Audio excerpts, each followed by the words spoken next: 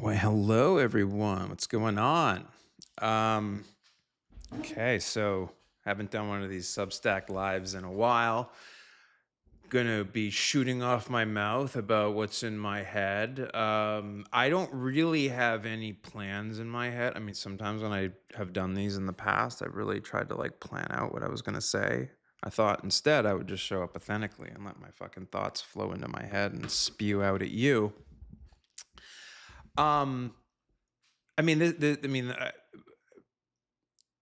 I feel this is like, uh, like one of these moments where, you kind of sometimes question your like sanity a little bit. Which is healthy sometimes, right? You should always like try to like see, am I grounded, in my assessment of things? And, you find yourself just like, really, really perseverating. And I've certainly done a lot of perseverating. Um, and not to make this like personal, but I really don't really talk about my personal life. But my personal life has not been great. Um, you know, alongside everything that's been happening in the world. But I've been trying to keep up my writing and keep trying to keep things going. Um, but here's the thing. I mean, this is a watershed moment, right?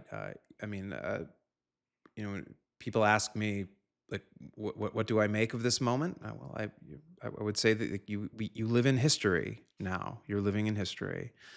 Uh, what we are seeing is power trying to figure out what it can do with all the toys that it has.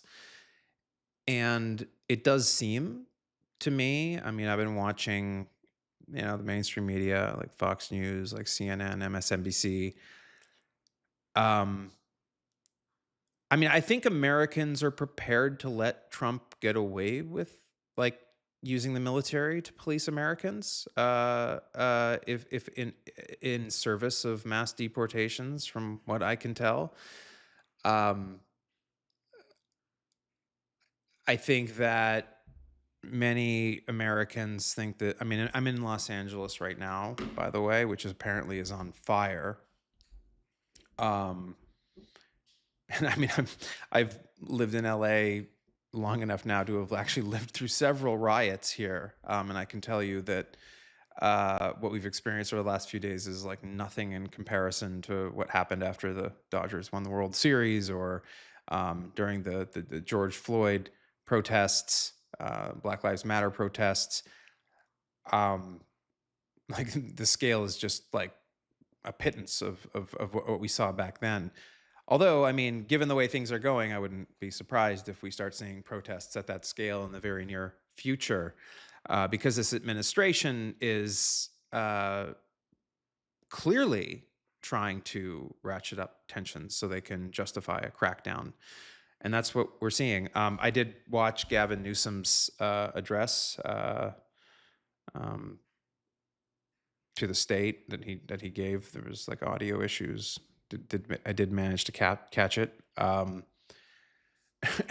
I caught enough on CNN of Scott Jennings' reaction to it, and I was actually like reeling from just watching, Caitlin Collins, go back and forth between, you know, uh, Scott Jennings and the other commentator, and recognize like how much like CNN is actually like part of the problem of democratic decline in this country. Um, the way in which CNN, and I mean, I used to respect Jake Tapper a lot. And by the way, I want to say something about Jake Tapper. Like I didn't really have a problem with him writing that book about Biden. I mean, if like, I mean, it seems like there was some newsworthy stuff there. But I mean, like the sort of like neutral register by which he sort of is able to talk about like essentially a renegade administration, uh, using the military. to engage in domestic policing activities in the United States, which is like, that's mind-blowingly uh, concerning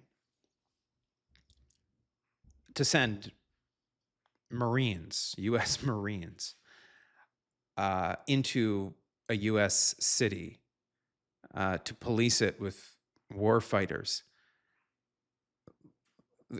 If you had gotten in a time machine, or if you did get into a time machine, went back 20 years, and you were to meet any Republican or Democratic member of Congress, and tell them that U.S. Marines would be sent in to put down protests, I'm pretty sure like pretty much every member of both parties would be like, that would never happen in America.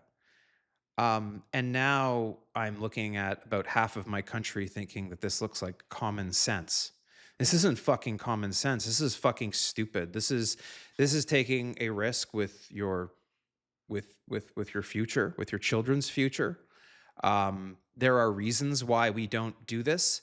We don't train our military, which our brave military that keeps us safe from foreign adversaries, to police Americans. That's not their job. And the scale of these protests, and despite all of the vandalism and violence that occurred, like anybody who's like not like a fucking moron can realize that this stuff happens. It does happen. We had riots after the Dodgers won the World Series. You know, people got violent, and the LAPD and the LA Sheriff's Department and the California Highway Patrol were able to manage it. It happens. We live in a society with like people, and sometimes people get angry, and sometimes they throw things. This is like riots happen. They happen in Paris all the time. They happened in Seattle in 1999 during the World Trade Organization protest. I mean, they happen in democracies. And one thing that sets us apart from non-democracies is how we approach these moments when tempers flare and people start throwing bricks. We don't send in the military. That's not what we do. We're civilized people. We were supposed to be like, we were supposed to be an example to the world. We were supposed to be Reagan's shining city on a hill, according to the Republicans. Well, I mean, that's simply not true anymore, is it? Like, we are, in fact, a brutish nation that is ruled by resentment and culture war. That is where we are, and we have an insurgent elite that, well, there's several groups of insurgent elite who are clustered around Mr. Trump, who want to seize control of this country on a permanent basis, by the way. Peter Thiel and Yarvin's vision of a CEO dictator is waiting in the wings there. Like, Elon is obviously part of that. You've got Christian nationalists who aren't quite really aligned with those guys, but they're also in there. And then you've got like these communitarian right people that are kind of in there, and you've got the Bannon people. So, I mean, one of the things to recognize actually is it's not just like one group of people that are like trying to establish authoritarian rule. It's actually several different visions of authoritarianism that are competing in Donald Trump's court to rule America. And these people will turn on each other. I mean, you saw like the skirmish between Trump and Musk. There'll be more of that, right? I mean, at some point, right? Like, these people will go to war with each other because, I mean, the tech fascists in Silicon Valley don't really want anything to do with the Christian nationalists, for example. Like, so they'll have to fight at some point. We essentially have different types of fascists that are simply working together right now because they consider people like, if you're watching this, people like you and me, as the bigger enemy. And so they're in the enemy of my enemy is my friend mode as it pertains to that.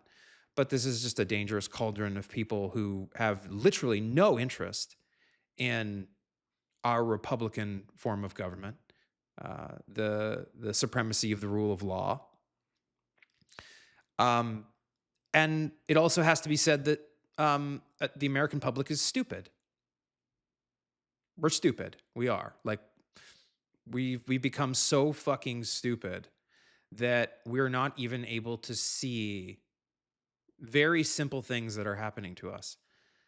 If we were able to just look, which we can't because we've blurred the landscape with social media and propaganda and engagement algorithms, and we've come to this point. I mean, this is going to get worse. Donald Trump will win this battle, by the way. Like, I want people to realize this. Like, he will successfully normalize using federal troops across the country. And that's going to happen. This is not a fight that we're going to win. So you are coming into an America where it's going to become more commonplace to see military on the streets of major cities. And unfortunately, it seems that a lot of Americans think that the time has come for something like this. They're deeply confused Americans. They are not Americans who could be honestly said to be advancing American values. There's no American value that I know of that can be represented with a soldier policing the streets. This is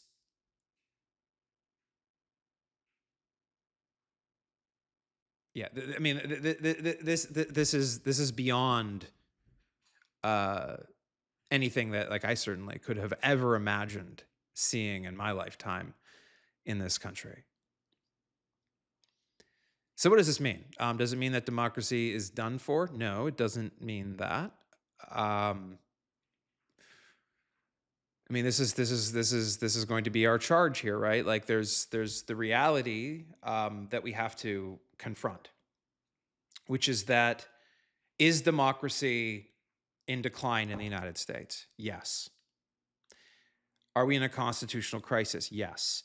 Is Donald Trump engaged in a slow motion coup in an attempt to create personal power for himself that cannot be checked by the legislative and judicial branches of the United States government? Yes.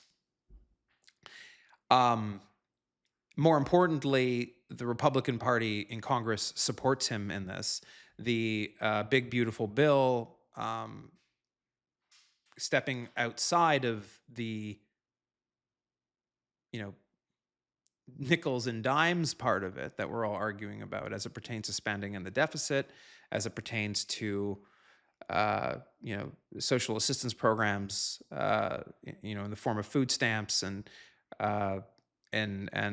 other programs that are currently being hotly debated. There's also a lot of stuff in there that's really just aimed at giving Donald Trump more power.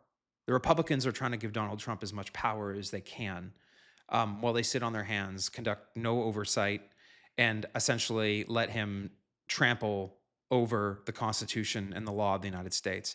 I mean, Donald Trump is running an illegal Ponzi scheme with Trump coin. He's accepting an illegal foreign emolument in the form of the Qatari jet that he accepted. I mean, he is a lawless president. And most of your fellow citizens, if they do know this, they think Biden, for example, did all the same stuff, or all the Clintons are just as corrupt, and so it's just like they think it's same old, same old. It's not same old, same old. This is like actual, like we could lose our republic. This is an existential crisis, and people don't want to believe that. That's a traumatizing thing to believe. To believe that you're in a country whose the Constitution is no longer operable. I mean, the U.S. Constitution is like barely operating right now. Um, I mean, I wouldn't say that like it's not operating. I mean, obviously, the Supreme Court has given us some hopeful decisions. The courts are continuing to function at some level, but here's the thing, right? Like, I mean, Donald Trump is putting way more holes in the bottom of the boat than the courts can plug, and the ship is taking on water faster and faster and faster. There's really nothing short of, uh, you know, like mass organized protests across this country that's going to change the direction of things now. Um, I think that, I mean, I do think that should be the goal of anyone, is to uh, lead mass civil protest against this regime. Um, not not necessarily to convince the regime, but to convince your fellow Americans that this is important and that they need to pay attention to this.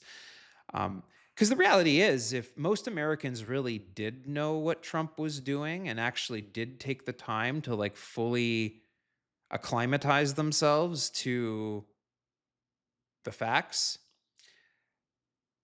we probably wouldn't be here. That is an important point, right? I have many friends that have just chosen to like tune out of politics. They don't want to talk about politics now, and this is one of the most dangerous trends that I now see. This is like what some political scientists and philosophers call depoliticization, when people just basically throw up their hands and say, I'm just going to like focus on my little life here. I voted for Obama, then I voted for Trump, then I voted for Biden, then I voted for Trump, and then everything didn't work out, and so politics sucks, and so I give up. I mean, a lot of your fellow citizens are there. That's actually where authoritarians want them to be. Those people can be ruled. They can be easily ruled. They'll just go along. They will go along to get along. Um, and that's where a lot of your fellow citizens are trending towards. That's alarming. And the thing is we still shouldn't have despair, right? Because at some point, I mean, at some critical point, um, people are going to, as I have said in some of my more mythopoetic pieces, like we're going to hit the ground, right? Gravity's pulling us towards the ground, and at some point, as the institutions and the economy stops being able to, or stops functioning in a way that people expect, and that they rely on for their future, that's when there's going to be this like, really serious moment in this country, when people start to ask, like, what the fuck is actually going on? Like, why don't I have a job? Why have I been laid off? Why are there shortages of things on shelves? And in that moment, the fascist propagandists at Fox News and other work will be doing everything they can to deflect the blame away from Donald Trump, and people are going to feel really confused and really scared. They're going to be aware of all these protests outside, um, and I mean that's us moving towards like complete like civil strife as a nation, and it does seem like that's kind of inevitably where we're headed now. Which kind of begs the question, like, what should you do? Well, I mean, I'm still committed to defending this country as I ever was, and I am hopeful, right? I do have hope, right, that democracy will survive in this country. Um, but I also know that we are going to suffer significant democratic decline. And there's pretty much nothing that you or I can do about that at this point because too many of your fellow Americans are willing to let Trump do whatever he wants to do and see what happens. Um, I mean, that's where a lot of your American friends are, right? Uh, Fellow citizens. Like if you ask them, you might have had conversations like, yeah, I don't really like what Trump's doing, but look, let's see how it goes. Things haven't gotten too bad yet. I mean, that's kind of like where a lot of like people, like swing voter type people are right now. They're gonna wait until the pain, until they tune in and start assessing things. Um, and at that moment, that becomes a really scary moment for Trump and for the regime, because once we start to get that sort of like people waking up, and this happened, obviously during this happened. You have these inflection points. You had that happen with like Black Lives Matter. You had this happen with the anti-war movement um, in the late '60s, early '70s, civil rights movement. Like there will be a point. Like I mean, like this country is filled with people who don't want to be ruled by a king, and they will rise up. The question is like, what will be the conditions of the country, the institutional conditions, and the cultural and social and economic conditions of the country when people start to actually get really really rowdy. Um, I mean, I think that point is approaching. Um, And I think the unfortunate conclusion that I would have right now is if you think that the median voter is going to wake up and say, okay, Trump screwed everything up. He did screw everything up. And he's caused inflation with these trade wars and unemployment is going up and everything is fucked and all these riots. You have to understand and be prepared for this because you're going to hear this. They're going to say, yes, this is all bad. I hate Trump. I hate Biden. The reality is that like the Democrats failed us, Trump has failed us, everyone has failed us. They're not going to like they're not like they're not going to think the solution is to vote for Democrats next year. Like I hope you know that. Like we're in a serious crisis now where a lot of people are literally real like they realize that like Trump is who he is, but they also think the old system was just so broken that they might as well just let Trump just like do whatever the fuck he's going to do. Let's see it through to the end and then assess what we have in 3.5 years. And so, I mean, that's just like where a lot of your American fellow citizens are. Um, and you have to be like honest about that, and you can't have despair. So things are going to keep getting worse, right? Probably for the next 7 to 10 years. Like, I mean, like we're in a descent. Uh, does that mean that democracy will completely collapse? No.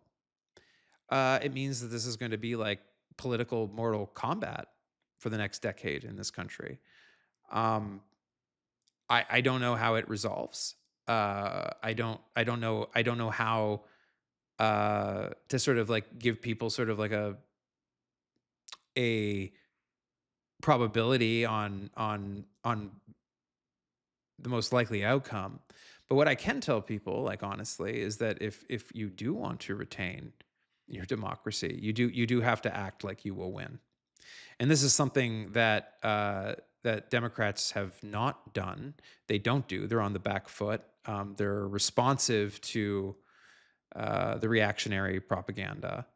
Um, they're constantly trying to like navigate some like Overton window that they're constantly calculating based on whatever the right is saying and based on whatever the progressive left is saying. It's really fucking annoying. I mean, I will say that Gavin Newsom's sort of more emotionally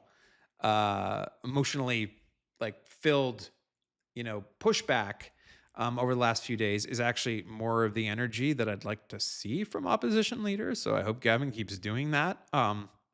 That's the kind of thing that people will want to follow. And I do think, quite honestly, that yeah, I mean, I think people should be declaring that they're running for president like now. I think AOC should declare. I think Buttigieg should declare. I think the Democratic Party needs to like get its head out of its ass and realize that it needs to start some serious political competition now, to establish a set of opposition leaders that can actually lead a effective resistance, if the Democratic Party wants to be relevant. I mean, if they don't do that, then like, yeah, but maybe we do need to think about a third party. I mean, I don't know. I mean, like the Democratic Party is like not impressing me. Um,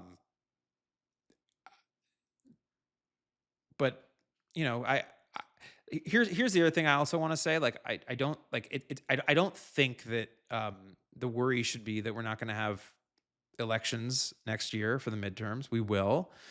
Do I think that the Trump administration will try to manipulate those elections? Yes, I do. Um,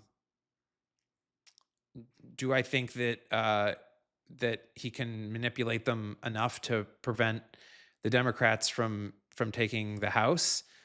Um, like probably like not, if like there's like a serious like backlash, and the Democrats manage to like get their approval ratings up, and which a national leader would really help with to sell that message for the midterms.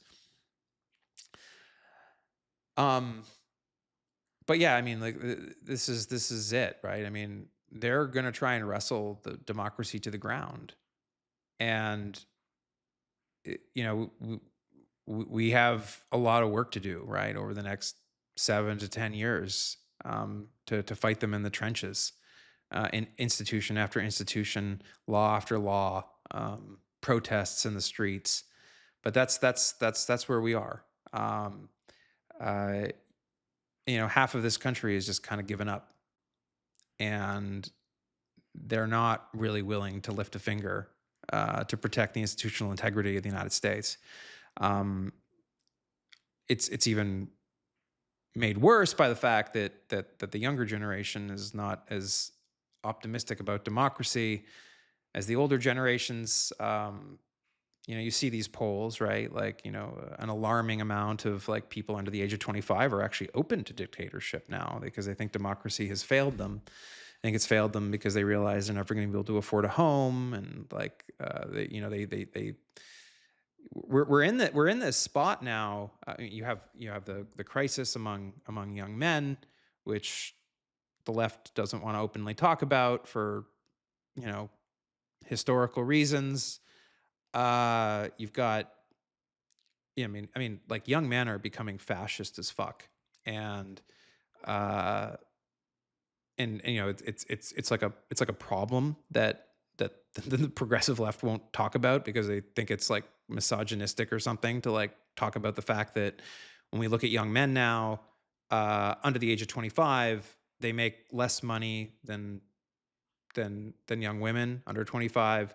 They are far less likely to live on their own than young women.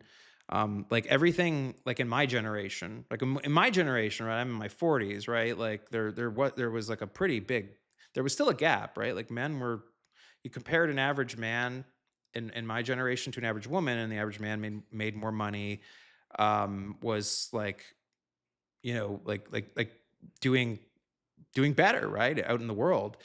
If you look at the under 25 cohort, or getting up to under 30 cohort today, um it's like changed, right? Like, I mean, like you're way more likely to have a good paying job if you're a young woman than a young man.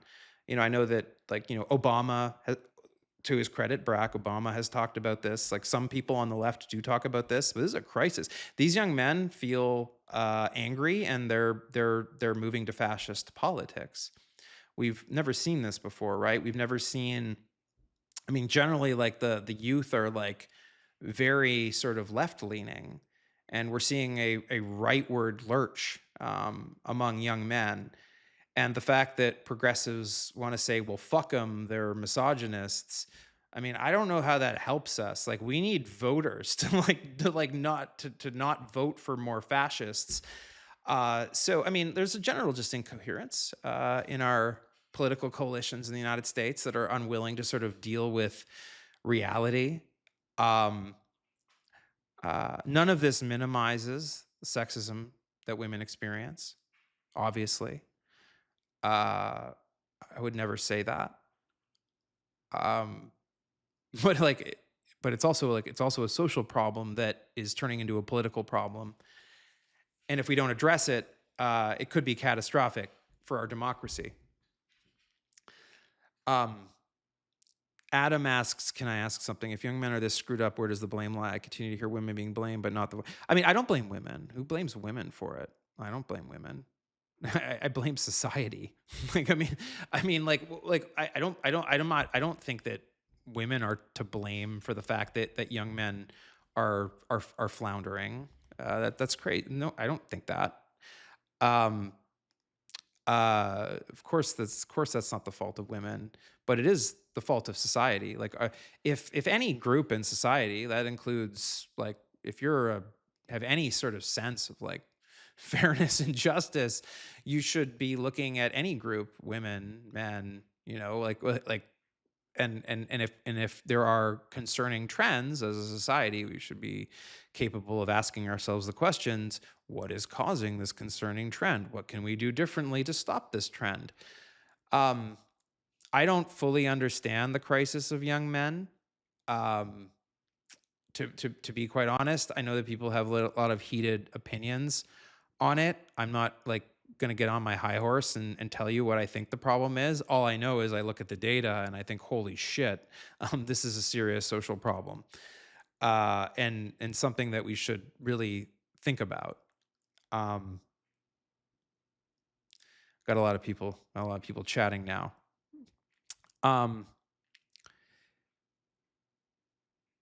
Europe doesn't have this issue nearly as badly. They are more informed and philosophically different. I mean, Europe has a lot, actually. Like, I mean, Europeans have to be like a little careful here, right? People who are really focused on democratic decline and the rise of the far right, actually, in some ways, in some senses, like there's a sort of view that Europe may actually be in more danger than the United States, right, in the medium term, because one of the real advantages that the United States has, right, and we're starting to see what those advantages are, right, with Gavin Newsom, the governor of California, standing up and pushing back. We have really deep institutions in the United States, right? We have the states. The states are sovereign within the union, in the constitutional framework. They have powers that are reserved to them. And we have, like, pretty deep civil society institutions, which obviously Trump is in the process of like trying to like bring to heel. But I mean, a lot of European democracies don't have institutions that are that deep, actually, and the forces that are leading to the rise of fascism in the United States are also leading to the rise of fascism in Europe. I mean, look what we just had an election, right, in Europe, where the far right won. I mean, the historical Nazi Party is the official opposition party in Sweden. Geert Wilders' party in Denmark is doing quite well. There's this sort of sense people have that, like, oh, Europe's going to be safe now because the Europeans are going to look at Trump and they're going to look at MAGA and all the shit that's happening and how this is screwing up the world. And so what that means is that the far right doesn't work, so we'll just vote for liberals and people on the left. That's actually not what happens. Like, there's different types of fascists. Like a lot of the European fascists don't like Trump. There are Polish fascists that don't like Putin and support Ukraine.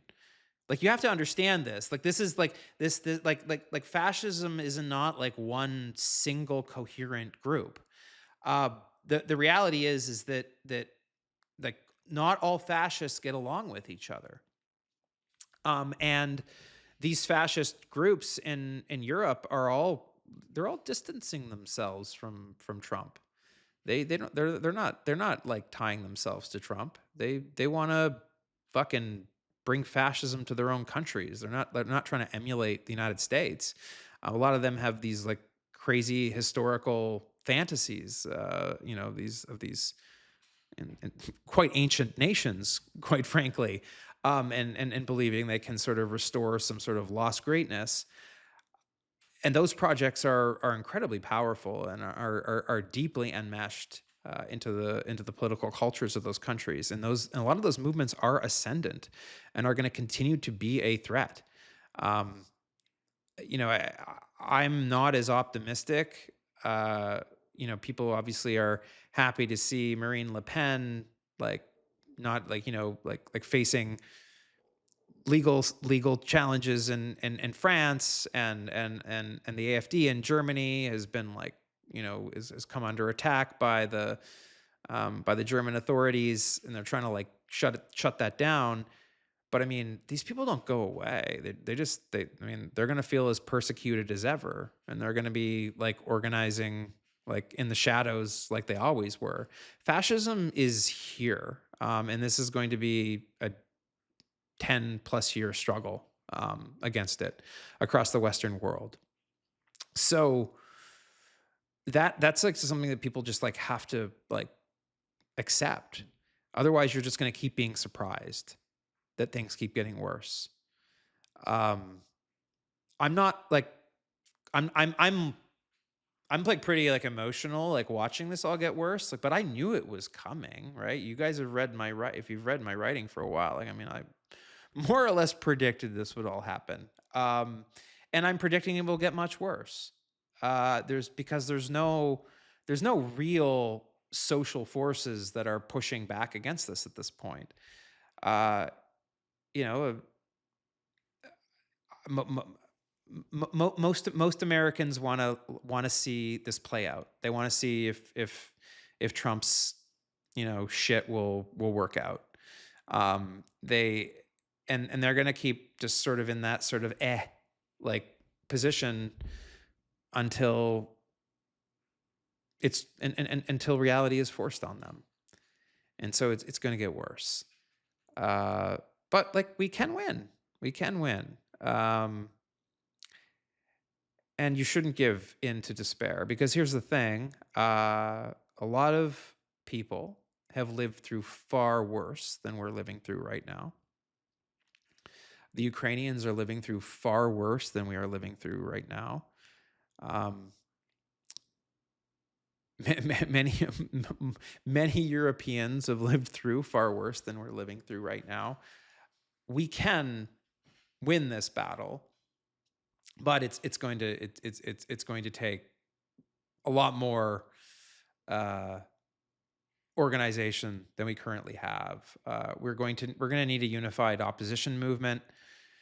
It's not looking hopeful that we're going to see that anytime soon, because like obviously we have a factional fight happening. You have sort of the center right, the old center right, the sort of the Reagan Bush conservatives have sort of kind of come over to the Democratic Party. You see like the people, the bulwark people, sort of which actually like makes sense like historically, because these were like the actual like these were kind of liberal conservatives, not fascist conservatives. And so I mean, they're gonna it's like it's not surprising that the sort of the Bush era conservatives have largely now moved to the Democratic Party. because they are kind of like liberals at their core, even if they have very uh, you know you know, not necessarily the most progressive views on social policy or economic policy or business regulation. They're still like fundamentally liberals. So that's like, so they're coming over into the Democratic coalition. That will continue to happen. That's mostly all already completely happened. Um, and you have an uh, ascendant sort of like small but ascendant like socialist wing that would like to bring an end to capitalism. I mean, I want to be clear. I don't think that they have any serious shot at controlling the Democratic coalition. And then you have sort of the Bernie AOC social democratic wing of the Democratic Party. I think they do have a pretty good chance at consolidating power in the Democratic Party, given the way things are going. Actually, you know, I also think there's like a good shot that say someone like um, a sort of a sort of a broad coalitional figure like a Pete Buttigieg could emerge. That could happen. I mean, there's a lot of things that could happen. Um, I don't think anyone really understands what the magic, you know, solution is. I know that every piece of the coalition thinks that they're the ones that know how to pull it all together. Um, a lot of people are excited about the abundance agenda. Uh, the progressives are convinced that like, economic left wing populism is the thing that'll win the day. I actually don't like. I don't know how that will all shake out. What I do know is that the system itself is under attack, it should be defended by all members of that coalition, and they should be willing to put aside all of their disagreements on policy in service of reestablishing law and order. I know that that's like not going to happen, but it's what should happen. Maybe it will happen if things get bad enough and people realize that they're in the fight of their life, which they are, but they haven't realized that yet. So I think that this is the beginning of things getting a lot worse. But here's the other thing too: is that life does go on, even as the political situation deteriorates.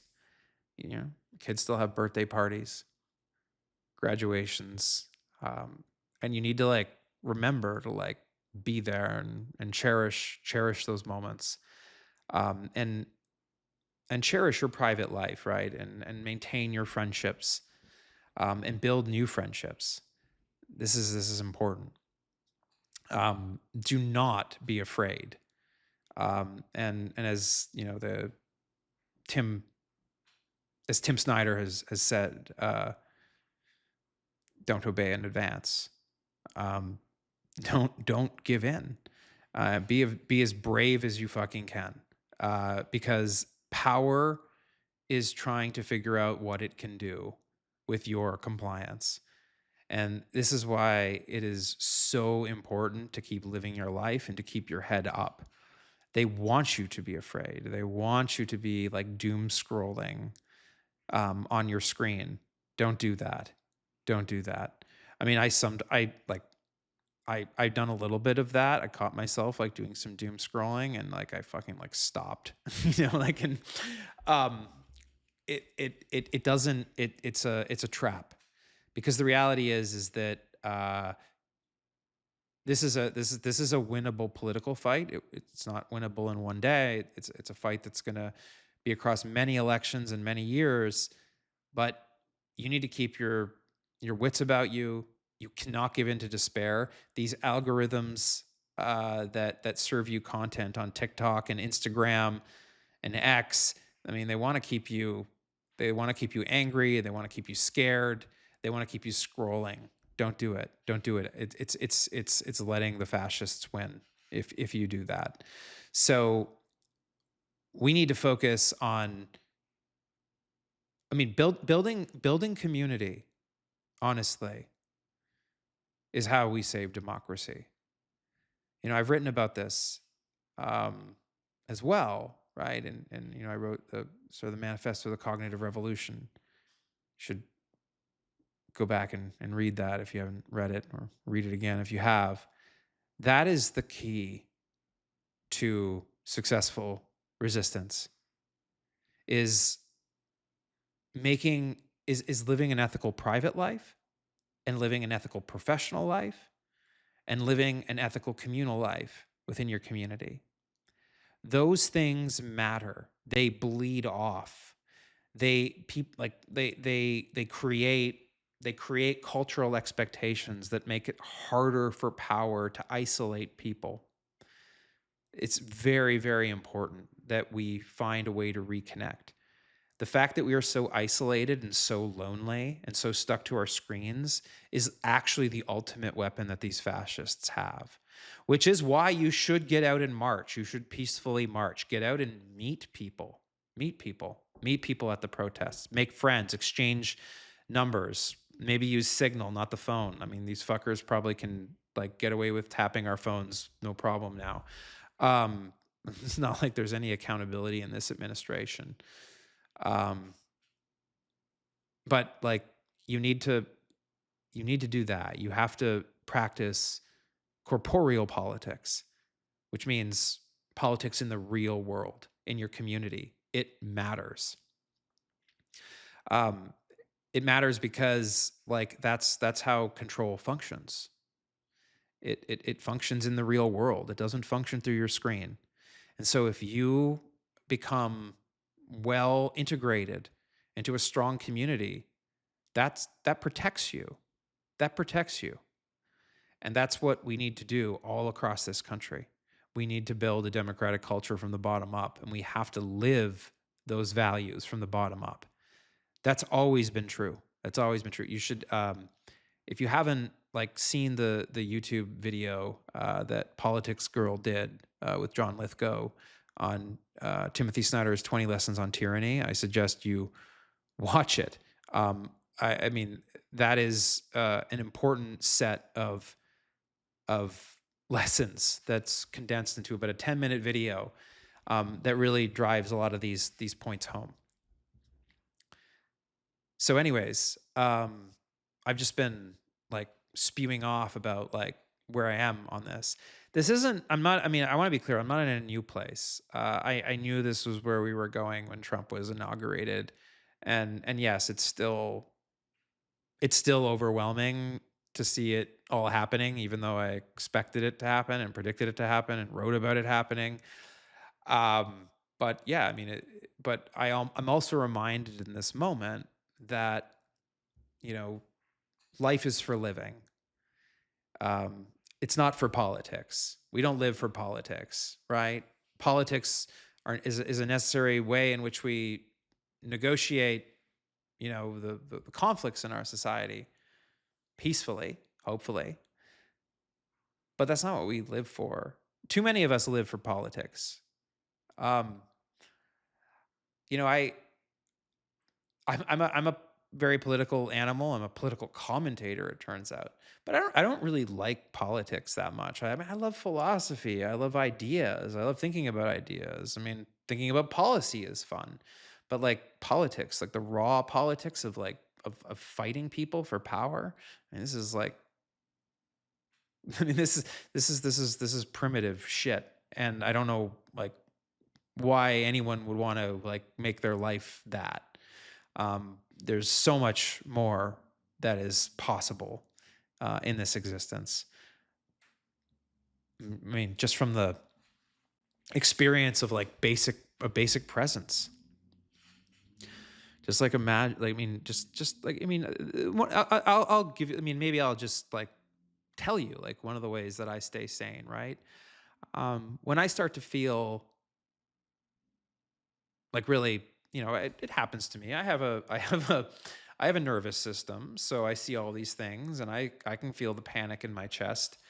Um, you know, I will just like remove myself from that that perch of observing the horror in front of me, and I'll think about like something that's like really awe-inspiring, right? Like the fact that like I'm sitting here right now, like talking to you, like breathing air, like I'm just this body, embodied being staring at a camera here in the universe.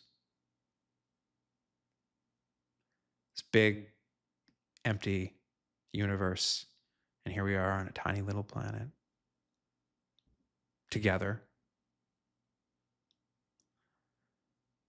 seemingly confused, but it's beautiful existence. We get to be here. We get to love. We get to laugh. We get to imagine. We get to imagine what a better future looks like. You can take yourself to a place like that in your head, even right here, right now. Even as I sit here and tell you that I think this is all going to get worse, like politically, it will. We can still recenter ourselves. We can still like recognize the amazing place that we occupy in existence, that we can even be here right now talking about all of these things. Isn't it amazing that I can be here caring about all of you, caring about our future? Isn't that a beautiful thing that that's even possible? That's what you do. You need to remind yourself of that. You need to like change the zoom sometimes. That's where you can find courage. That's where you can find strength. That's where hope is. And this is very important. And it's also very important to be honest with ourselves about where we are. We can't be in denial. We can't pretend that the world that we had before this all happened can come back. It can't. It's gone. That world is gone.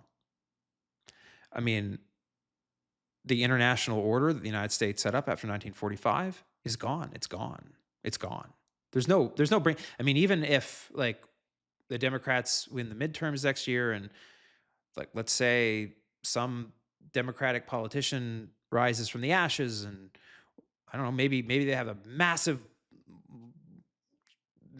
landslide election in 2028 and somehow there's some people are so mad that like some candidate wins like 63% of the vote or something. Even then, in that scenario, the old world's not coming back, even in the best case scenario. So you have to sort of make peace with the fact that we've left that shore forever. And whatever our future will look like will not look like our past. That's something that you have to accept about the situation. And that's okay because that's how it has always been, right? I mean, we're not going back to the 19th century. We're not going back to the early 20th century. We're not going back to I mean, like these are all periods that are past us now. And so our recent past is past us. We're in a new world now where different rules apply. A lot of that is technological, cultural. I mean, I talk a lot about epistemics and sort of the nature of like of knowledge and communication and how that actually affects our perception of reality and like what reality is to us as humans. And we'll talk more about that stuff. But you have to sort of radically accept that. You have to radically accept that yes, Donald Trump is president, and yes, he is trying to be a dictator, and yes, he is damaging our democracy, and yes, he will damage our democracy. You can't stop it. No matter how angry you get right now or how many angry posts you put on Twitter, it's not going to change that. That's just not the case. I mean, and I'll be honest with you, like I don't think that I'm changing any minds right now. I think I'm bearing witness right now, which I think is really important.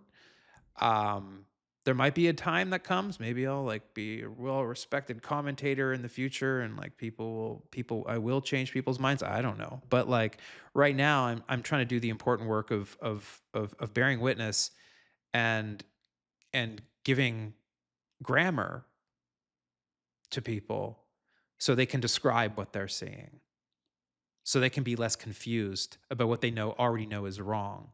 And I think that's like really important, because we have to have a grammar of resistance.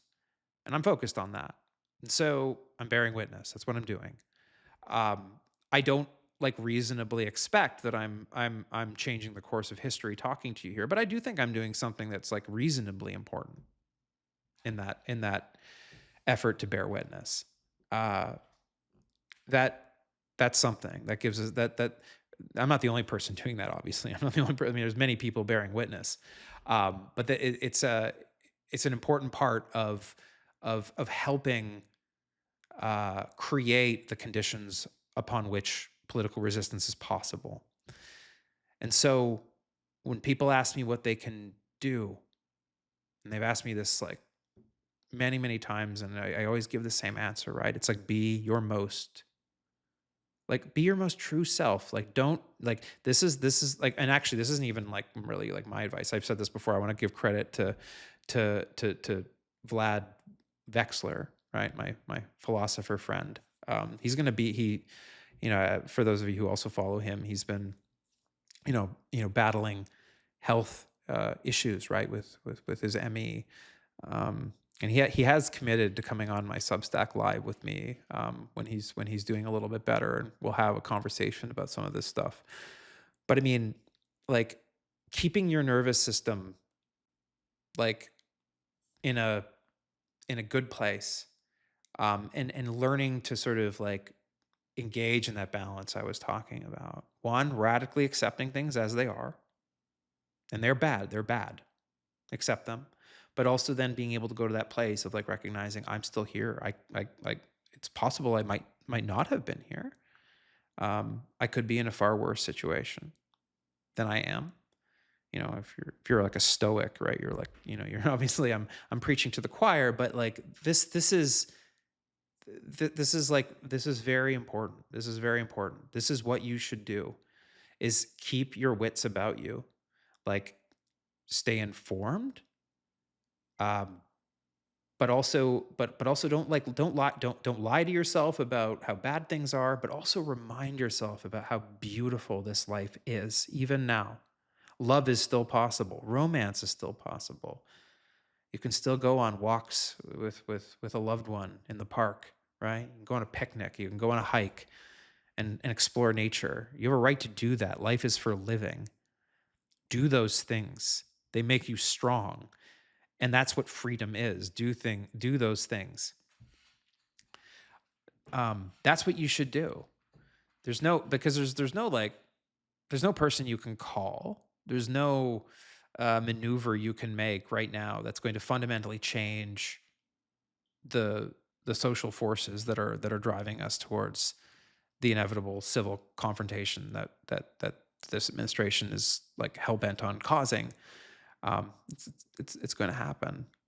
And the question is like, are you in this to win a battle, or are you in this to win, a war? Obviously, that's metaphorical. I hope we do not have a civil war in this country.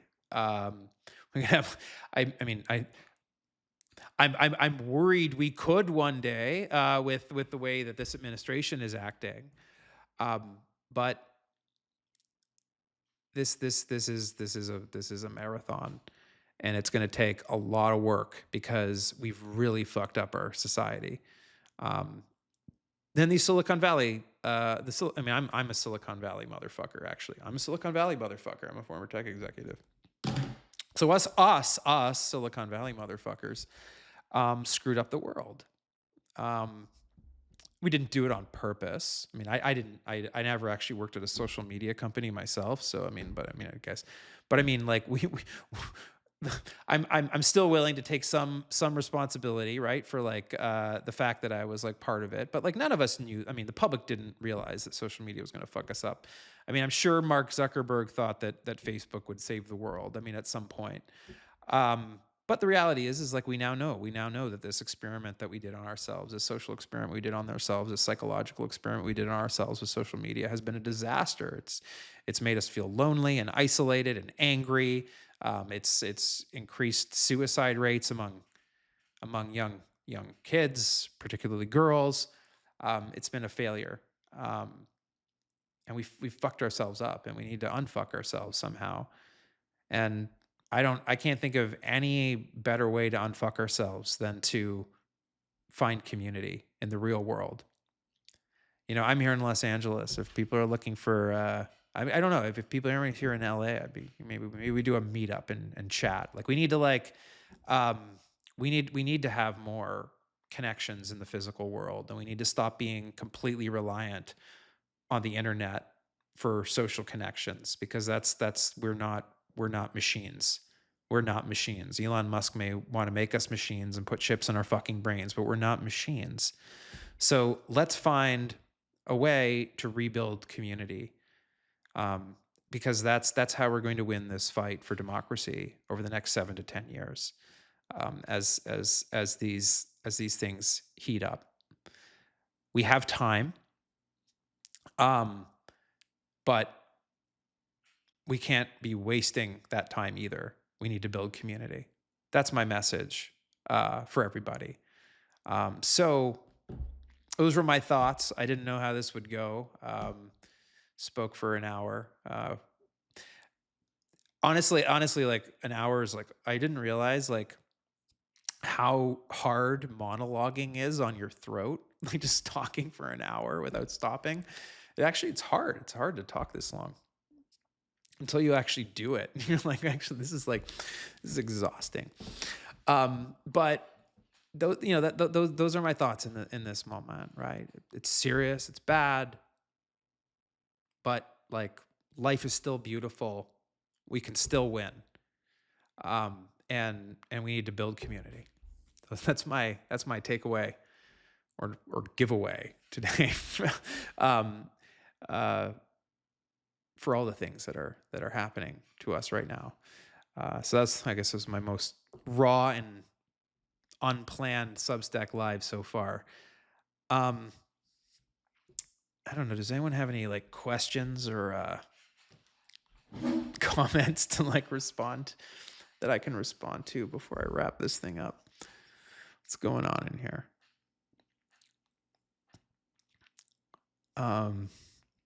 A lot of people commenting in here. If they can tap our phones, then they have access to all of our apps, especially malware like Pegasus renders signal useless, doesn't it? I mean, the thing about a lot of this malware I'm actually I know quite a bit about the mercenary spyware stuff because one of my good friends actually fights mercenary spyware. I'm not going to like name drop him here, but one of the things about these mercenary spyware tools that they use to monitor people's phones like dissidents is that they're actually like really expensive because they rely on exploits, security holes that Apple and Google don't know about. So what they do is like these companies. You mentioned Pegasus, which is developed by an Israeli company called NSO Group, and what they do is they have like they hire some of the most brilliant hackers in the world, pay them millions of dollars, and what they do is they try to find flaws in iOS or Android. And when they find these flaws, they don't tell Apple or Google about them. They use them to create attack vectors to deliver the Pegasus payload to the phone. But the problem is that those exploits cost millions and millions of dollars to develop, and often, and every time they use it, they risk it being detected by Apple or Google. And so the reality is it costs millions and millions of dollars often to put Pegasus on someone's phone. So it's not like something that they can like do at scale without it being detected. But yeah, for high profile people that the Trump administration considers a threat, are they going to be willing to spend millions of dollars like to target to, to put to put Pegasus on Gavin Newsom's phone? Like, yeah, probably. That kind of thing will be definitely is definitely if they're not already doing it. Um, I have a question here. Are these young men turning towards fascism, feeling left behind by tech advancement in society? Maybe more of what used to be their field of employment is affected by tech advancement. The society needs to address their problem because they will be the seed of unrest for a long time to come. Pool of negative energy for people like Trump. Like I said before, I am not an expert on the crisis of young men. I just know it's a thing. I've looked at the data. It's quite shocking. Um, I want to know more about it. If I knew more about it, I probably already would have written about it. Um, so I don't, I don't, I, I, I'm not the person to talk to. Like I try to limit myself to things that I know are know when I'm talking about, know what I'm talking about. I'm getting cotton mouth now. I can't even talk straight. I'm talking for so long.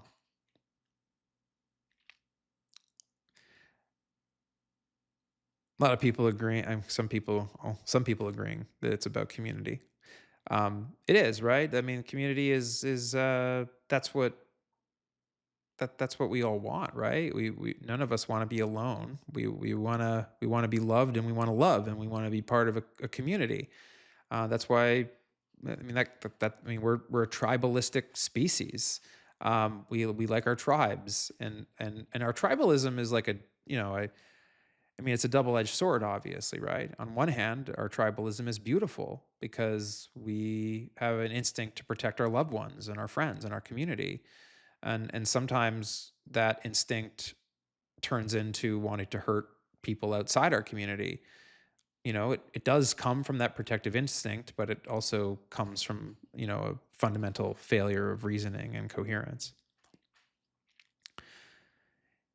Anyways, I think I need to finish up now because yeah, I've been talking for a long time and I think I'm talked out.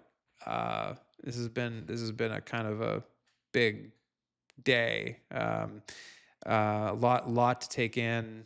Hopefully, my my take was useful in some way. I'll try to do this as much as I can.